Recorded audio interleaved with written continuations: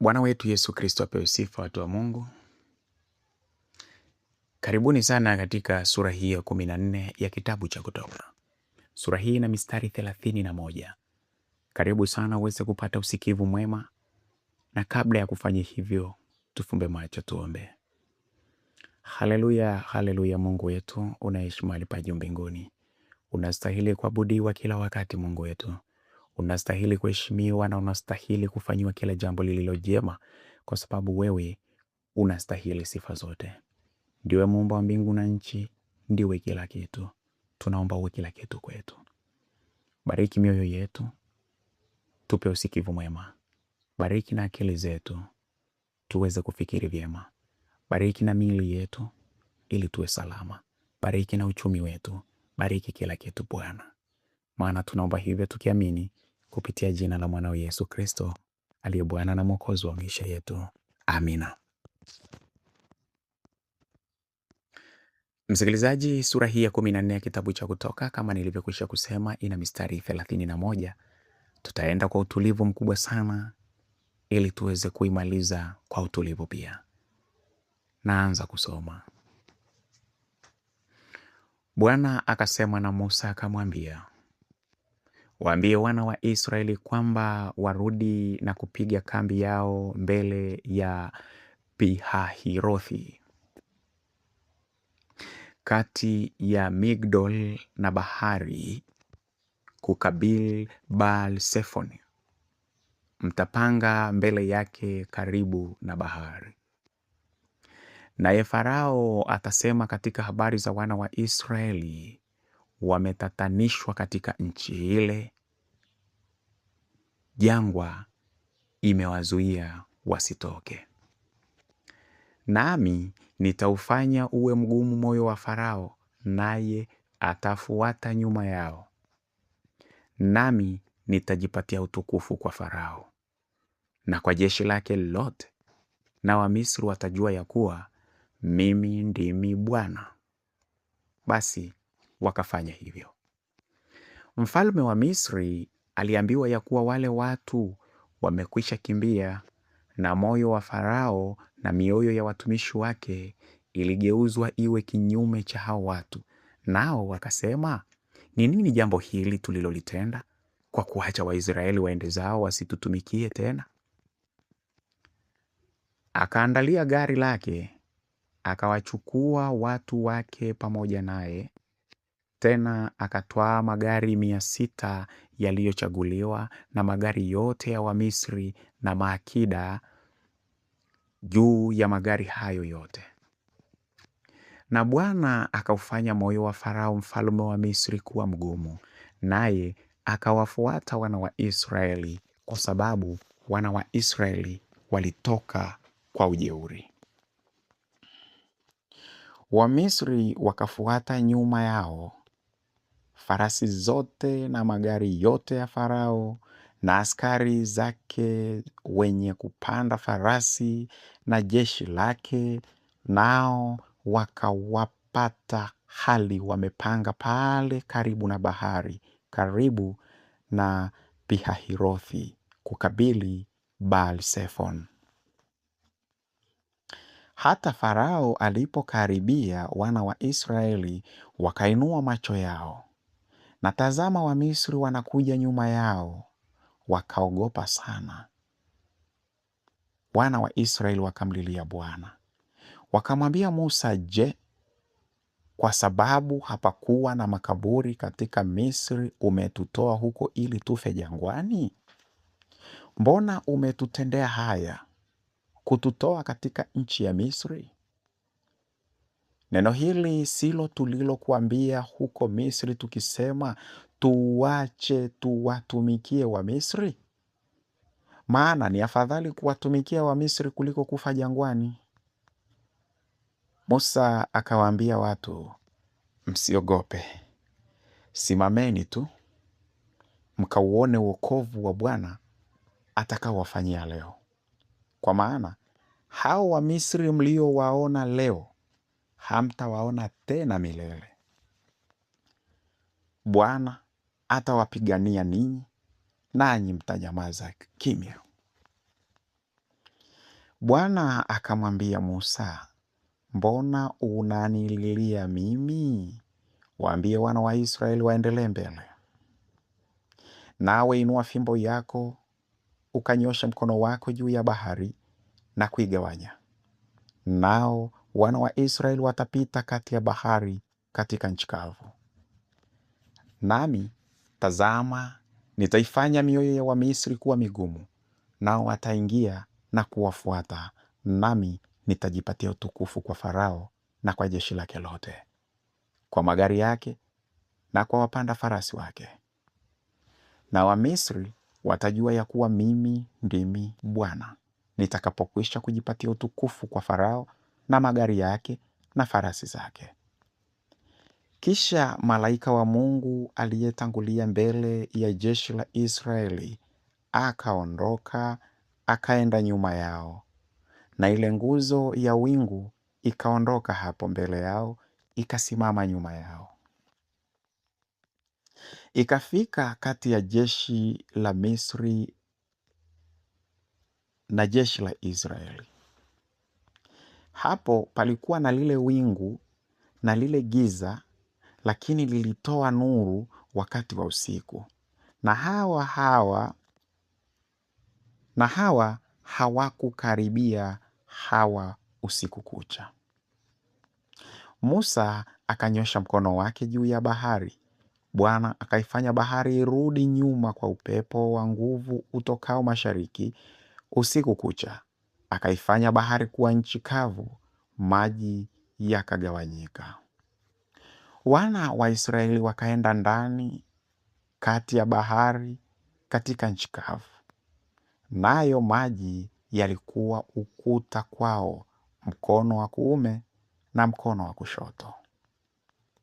Na wale wa Misri wakawafuatia, wakaingia ndani kati ya bahari, farasi zote za Farao na magari yake na wapanda farasi wake.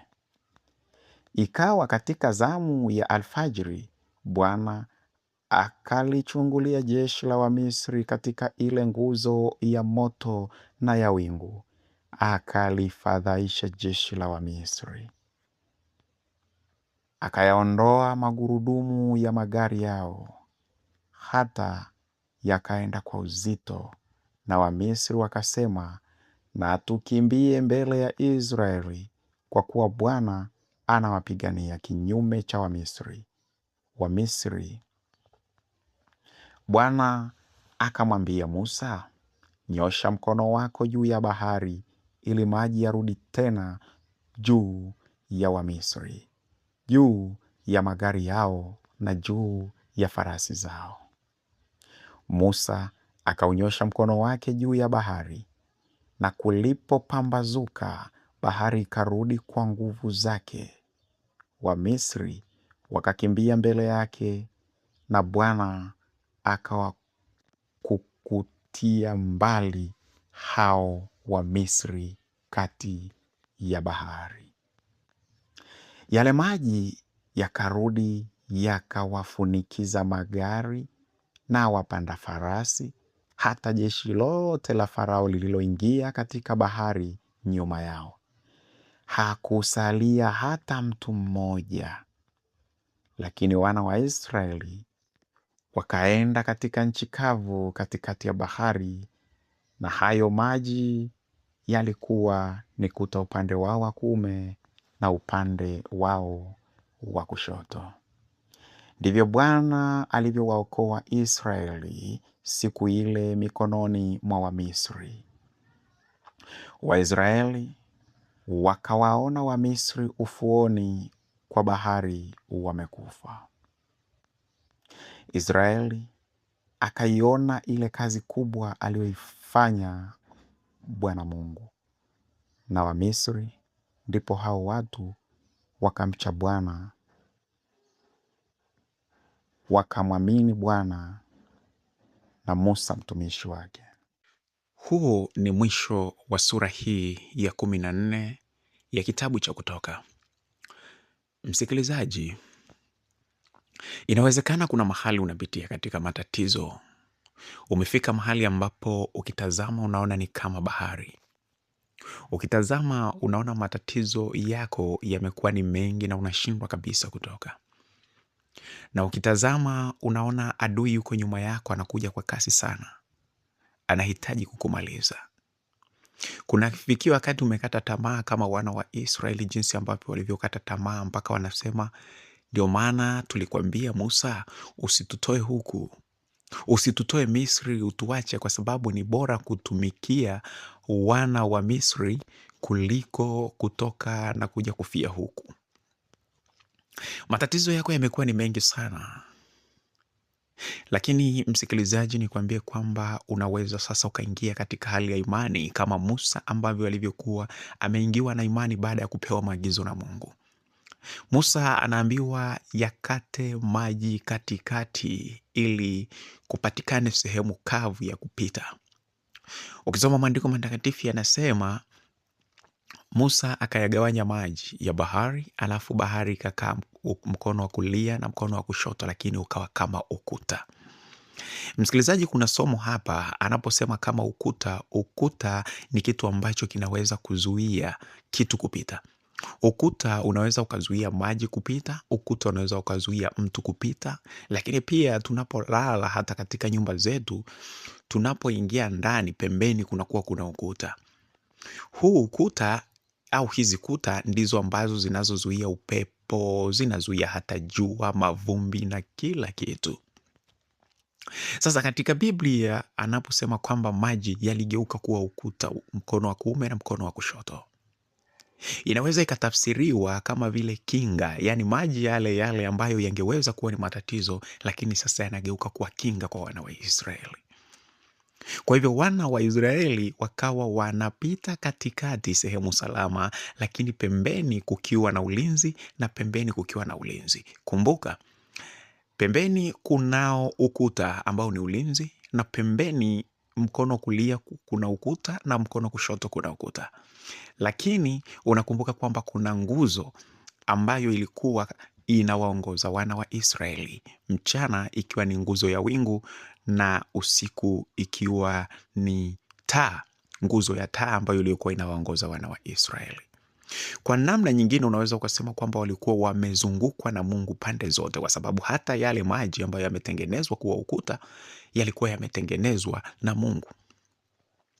Na nguzo ambayo ilikuwa inatangulia mbele ilikuwa imetengenezwa na Mungu. Sasa unapokuja katika matatizo yako na kuyaona kwamba sasa haya ni matatizo, kuna uwezekano wa kutengenezwa matatizo hayo yakawa sasa ni ulinzi wako. Hebu mwambie Mungu kwamba hilo tatizo ambalo unaloliona ni kubwa sana liweze kutengenezwa na sasa liwe ni ulinzi wako badala ya kuwa tatizo. Kama wana wa Israeli ambavyo walitengenezewa maji lililokuwa ni tatizo kubwa la kuwafanya wao washindwe kuvuka ng'ambo, lakini maji yale yakatengenezwa ulinzi, ukuta mkono wa kulia na ukuta mkono wa kushoto. Lakini anakwenda mbali, somo la Biblia linasema kwamba wakavuka, lakini walipomaliza kuvuka, sasa yale maji yakarudi na kuwagharikisha na kuwaua wale wanajeshi wa Misri ambao waliokuwa wanakuja kuangamiza. Hayo matatizo yako inawezekana kwamba yametumwa pengine na uchawi. Pengine kuna mchawi ameyatuma hayo matatizo, anataka kugharikishe kabisa. Lakini sasa hayo matatizo, muombe Mungu aweze kuyageuza kuwa silaha. Uvuke salama katika hayo matatizo, na hayo matatizo yaweze kumwangamiza huyo aliyeyatuma. Lakini Biblia inasema baada ya wale wa Misri kuangamia katika bahari, watu wa Misri sasa wakamjua Mungu. Kwa hivyo matatizo yako na wewe, baada ya kushughulika na yule ambaye aliyekuwa ameyatuma, itakuwa ni umefanya injili pasipo kujua, kwa sababu utakuwa sasa umewafanya wana wa Israeli, utawafanya sasa wale watu waliokuwa hawamchi Mungu waweze kumcha Mungu kama wa Misri walivyofanya. Mungu akubariki sana unapoingia katika maombi ya kukufanya wewe kuwa imara. Mungu akubariki sana unapoingia katika maombi maalum ya kukufanya wewe matatizo yako kuyageuza kuwa ni ukuta na ulinzi. Basi Mungu akubariki sana, na nakuombea Mungu akulinde na kukusaidia kuwa imara kupitia jina la Bwana na Mwokozi wetu Yesu Kristo, aliye Bwana na Mwokozi wa maisha yetu. Amina.